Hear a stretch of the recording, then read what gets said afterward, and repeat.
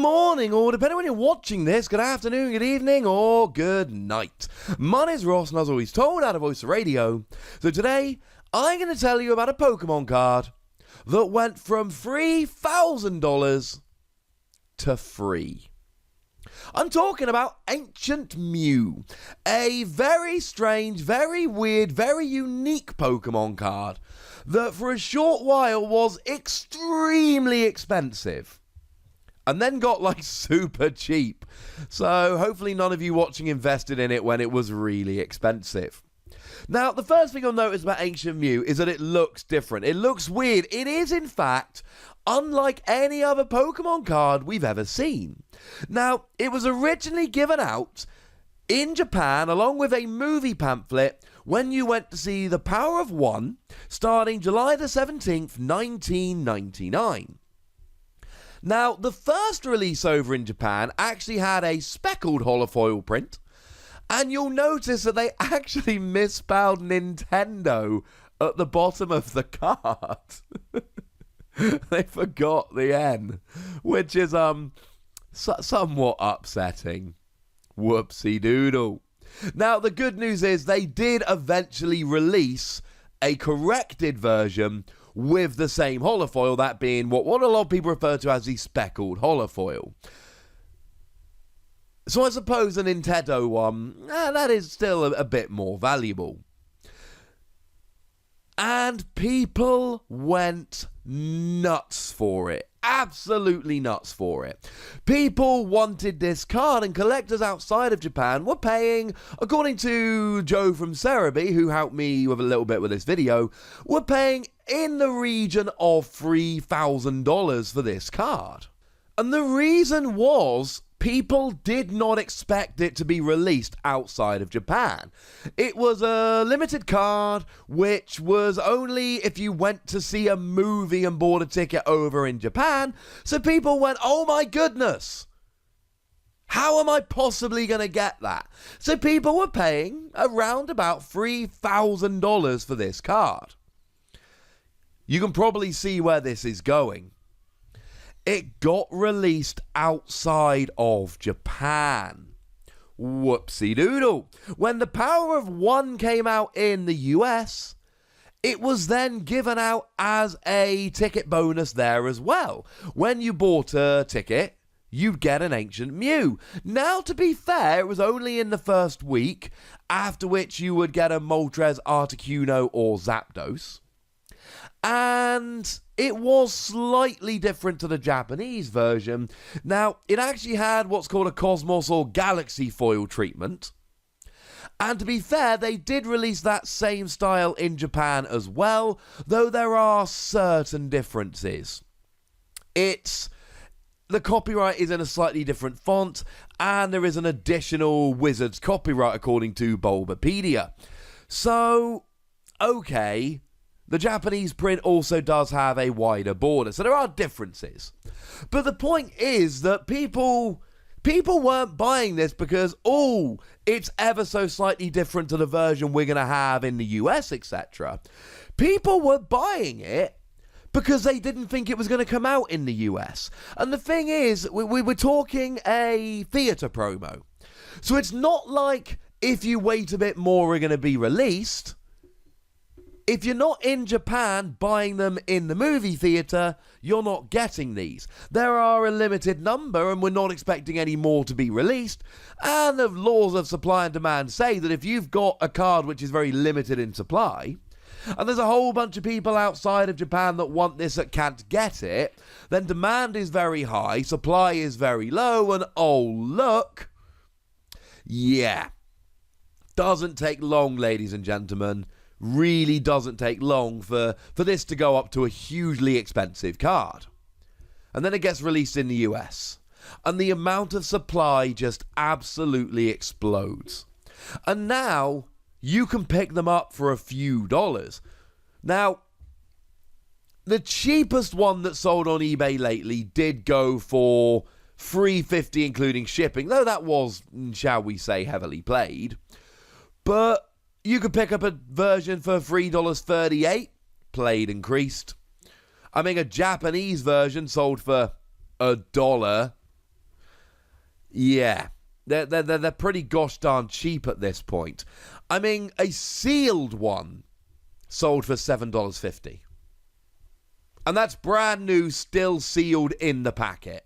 It went for $7.50. And this is bearing in mind, this is a card that people were paying $3,000 for. Unfortunately, this is a very simple case of supply and demand. When the supply is very low and everyone thinks it's cool. And the other thing to remember is people just didn't think it was cool. People were speculating. People saw a card whereby it wasn't going to be released, or at least they assumed, outside of Japan. So it was going to be very limited and the price was going to go up and up and up. They were spending $3,000 thinking that by the time we're sitting here literally 20 years later... Oh, I should have done this video a month ago on the 20th anniversary. Boo, etc. People were thinking, right, well, 20 years' time, it's going to be worth $10,000, $15,000, $20,000 if I, keep it nice, grade it, etc. No. Wait 20 years and it will be worth 1% of what it used to be worth. Now, there are several things about this card that do make it very weird and cool. Firstly, the design is utterly unique, and it's actually very, very near impossible to read. The attack, incidentally, is called Psych, and does 40 damage for 2 psychic energy. Now, we know what it does, because there was actually, what you could do is go to some events where they will actually give you a rune sheet which will allow you to translate the card, which is very, very cool. The runes in the middle of the card translate as new species, with the ones at the bottom reading little cat or evil, according to Bulbapedia. Because of the difficulty in reading it, it actually became one of only 2 cards ever to be banned in the unlimited format, where you can essentially play anything. The other one banned is Blank's Pikachu, because it's an utterly ridiculous card. It revolves around it being your birthday, and that just gets awkward. It was also the second ever card which featured in the Pokemon anime. It was actually played by Lawrence, and in the English dub he did refer to it as the beginning of, or the start of his collection, which is very cool. Apparently, it's not banned in the Pokemon world, it's just banned in all of our formats. Boo, hiss, etc. It also had a weird, unique card back. It looks a little bit different. Now, you can get, or at least you could at some point get, sleeves which are like this, and it's very, very cool. Now, when it was released outside of Japan, in the US, etc., you actually got a distribution insert. So, Ancient Mew, puzzled by the other side of this card? Because when it was packaged, you could only see the back and this. Go to the Pokemon Trading Card Game League near you to find out what the Ancient Mew can do. Correctly fill in the blanks at your TCG League location and take home an exclusive Ancient Mew playmat/poster and earn League points too. So the idea was that it was supposed to be a promotion for going to your local Pokemon League. You go to the cinema, you get an Ancient Mew, you go, wait, I have no idea what this means. Oh, the card says I need to go to League. Oh, and there's both a website and a phone number. I'll find out where my nearest league is, then I'll go along and fill in the details, and it will be lovely. And that's what people did. It was a really good idea to grow the game, frankly. And the reason this is on my radar at the moment is because it's actually just been re-released over in Japan. Starting on July the 12th, 2019, it was re-released at participating cinemas for as long as stocks lasted.